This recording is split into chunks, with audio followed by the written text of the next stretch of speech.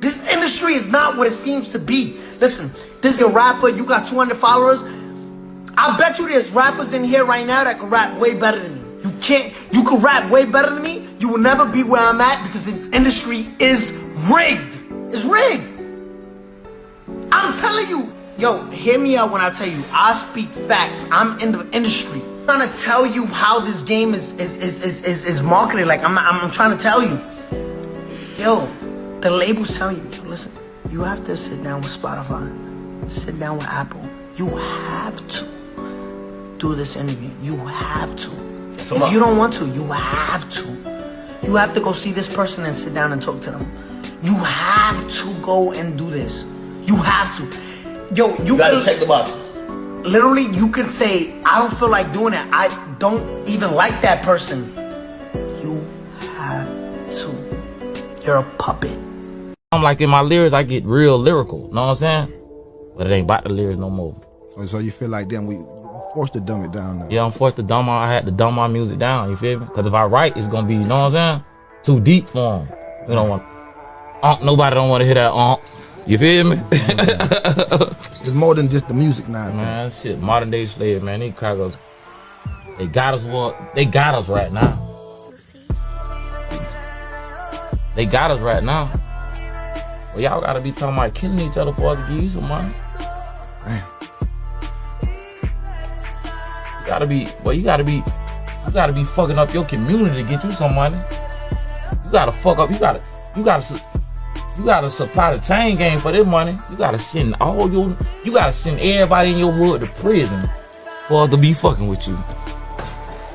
You gotta send your youth to prison. Cause that's all they doing. That's all they doing. Sending us to prison, sending these young niggas to prison.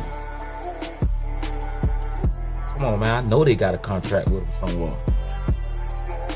Oh, don't sign him. He talking with too much sense. He talking with too much sense. He telling them that they don't have to hurt each other. Nah, we can't fuck with him. No. Shoot him up, man. Kill a nigga that you know. Get him. He telling them what to do. That's gonna keep this shit generated.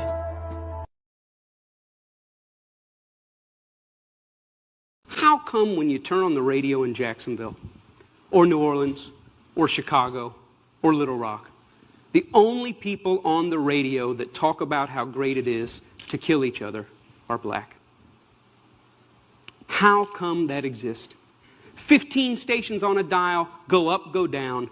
The only people on the radio bragging about getting automatic weapons, gunning each other down, are black. This right here is a song. My pastoral vocabulary won't let me read the title.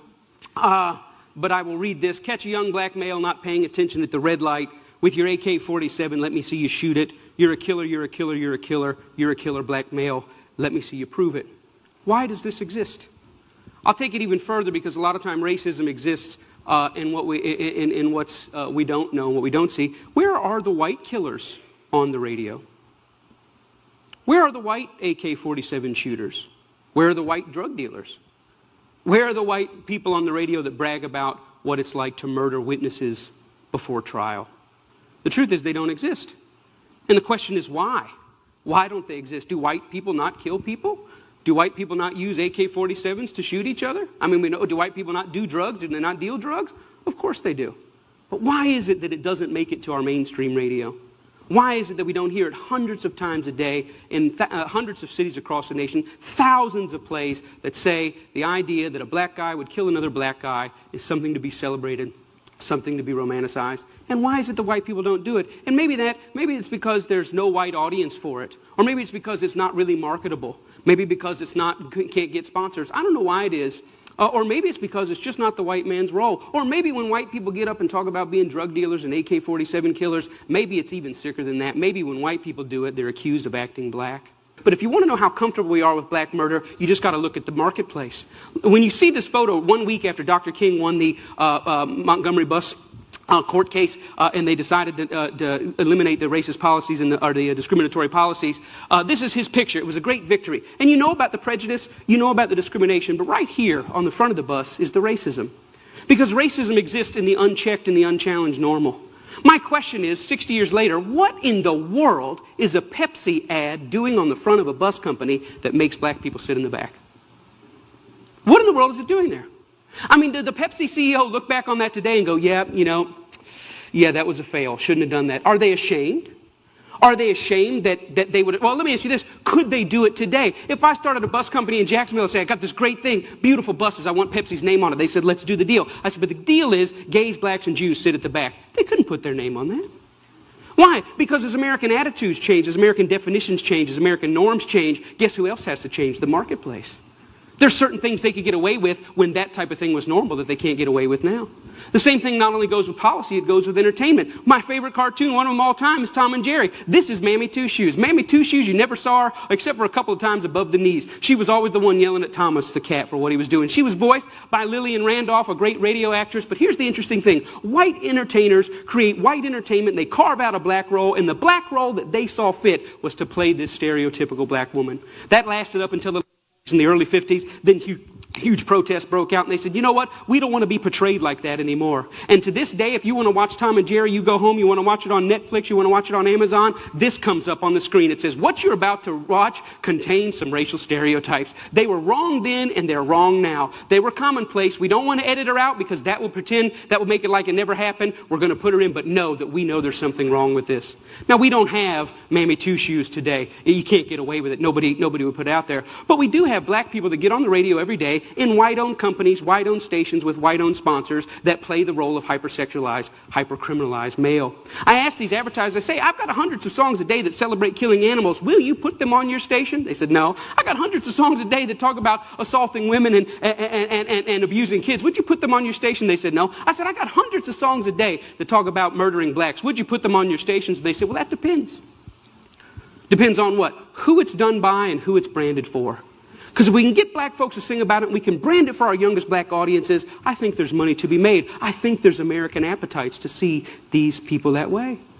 I said, how can you say that? They said, well, look, it's what these artists know. It's what they, black people, create. It's, matter of fact, our surveys say it's what they want to hear, which speaks of a sickness. How do we live in a society where somebody says, you know what, I'm inspired to write a song that celebrates murdering another person. And then a person says, I'd like to put that on my station. Another person said, I'd like to pay for it. And then there's people out here in the audience that go, I'd love to hear it, as long as it's black guys. Because even white people buy rap music, buy this type of stuff, because we know that when we want to hear about killing each other, we know who to turn to for that type of inspiration.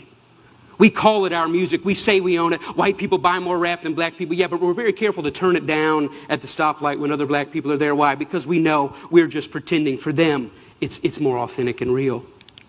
I always ask the companies, what about your name? What about your brand? What about your value? And the largest radio company in the world said this: it's okay that we only have drug dealers on our black youth stations. We only have murders on our black youth stations. We support black charities. We give out water at the Martin Luther King parade. I think we've got it covered. We've bought them off. Now, people get upset, the smartest guys in the room again. You're talking about censorship. I don't believe that. I believe in free art. Make whatever you want. I believe you should make music about anti-Semitism. I believe you should make music about killing dogs. I believe in this country you should make music about bashing homosexuals and driving them behind trucks. I believe you should make music about stringing people up on trees. I believe you should make music about killing whitey. I believe you should make all that music. But I also believe that in the mainstream marketplace, people should hesitate associating their name with certain content. You know, there's certain stuff you can't buy at the store. Certain stuff you can't get on iTunes because their brand doesn't want it. But if you want to hear black people celebrating killing black people, they got thousands and thousands and thousands of those things to sell you. I don't think it's about censorship. I think it's about American cultural hypocrisy. Because here's the truth. These black entertainers, they can't sing just about anything. There's some stuff that'll get them fired. And they get dropped, and they get fired, and they get slapped on the wrist, and they get disciplined all the time. Why? Because sometimes they step over the bounds. A very famous case is what happened with Rick Ross. Rick Ross is the Mammy Two Shoes, one of the many Mammy Two Shoes of our day. He's a black entertainer in a world carved out for him, and a role carved out for him by white entertainment companies. And one day he talked about, in the middle of a song that celebrated dealing drugs and killing blacks, he made a reference to date rape.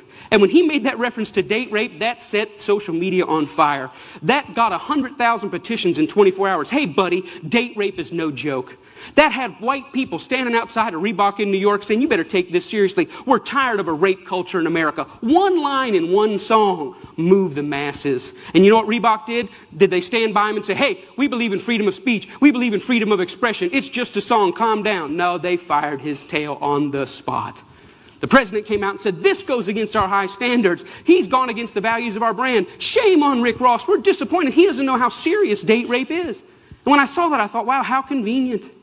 Isn't that amazing? But here's what really happened. It's not their brand. It's not their values. Rick Ross went off script. He was hired to get black customers, and they think that black customers go with black bait. And in America, black bait is the hyper-criminalized, hypersexualized portrayal of black people. And as long as he had sung about that, the stuff that got him hired, he still have a job at Reebok. But when he touched other sensitivities that affect us, he lost his job.